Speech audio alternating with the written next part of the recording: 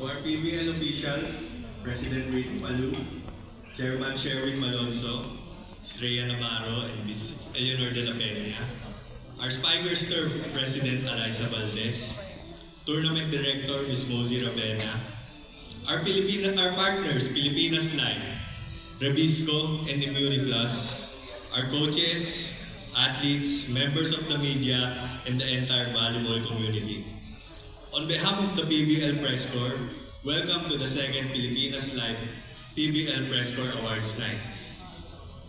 Tonight is another special milestone, not only for our leagues, but for Philippine volleyball. Last year, we proudly staged our first ever awards, honoring the achievements and stories from the PBL and Spikers Turf. The first was a dream come true, and the second reminds us that dreams, when nurtured, can become a lasting tradition. This celebration is a culmination of another memorable season built through the hard work, sacrifice, and dedication of the players, coaches, and teams. A journey that we as journalists were fortunate to witness firsthand. As members of the media, we are privileged to cover every game, tell every story, and conduct interviews to bring fans closer to the athletes beyond the game.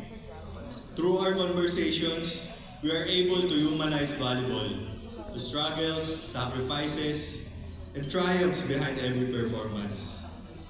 Tonight, we also recognize the dedication of our fellow media members who tirelessly covered all the leagues all season long.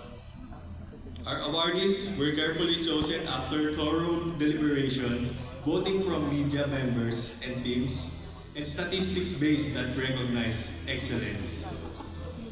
With tonight's celebration, we continue our commitment to honoring the athletes, coaches, teams, executives, and fans who continue to help Philippine volleyball grow.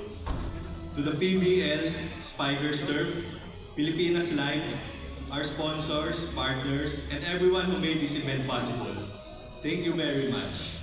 And to all of tonight's awardees, congratulations. Your passion and dedication continue to inspire the volleyball community. Thank you everyone and enjoy the evening.